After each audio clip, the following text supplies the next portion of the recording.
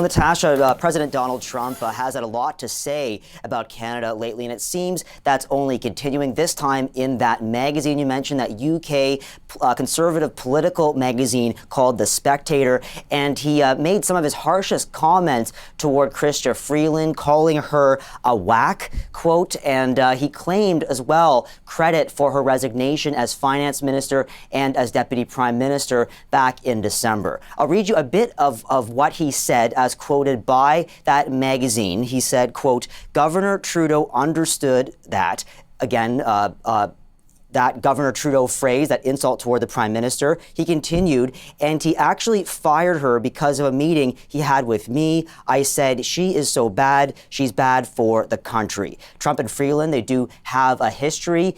In Trump's first administration, in fact, they dealt with each other quite a bit during those NAFTA renegotiations.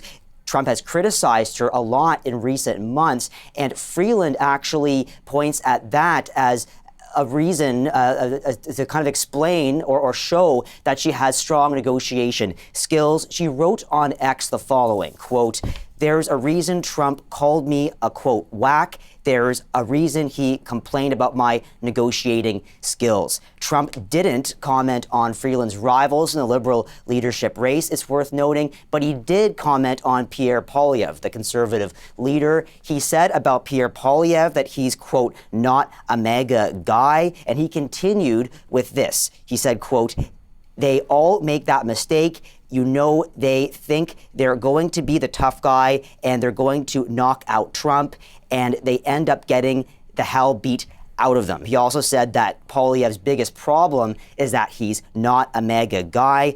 Poilievre responded on X, appearing to actually agree with Trump's characterization of him. This is what he wrote, quote, Mr. President, it is true. I am not MAGA, Make America Great Again. I am Canada First. Always, Canada has always been America's best friend and ally, but we will never be the 51st state. So earlier, I actually talked with Professor Laurie Turnbull. She's a political science professor at Dalhousie University. She pointed to Trump's style of communication here. She said it's unusual and not keeping with the political norms that countries normally use.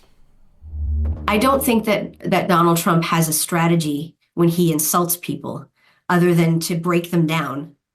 But he does it to everyone. But maybe he wants to break everyone down. There's no strategy in terms of who it is he's talking about. He seems to be willing to throw insults at everybody. So whether we could see more of those insults in the coming days with potential tariffs coming on Tuesday, we'll see.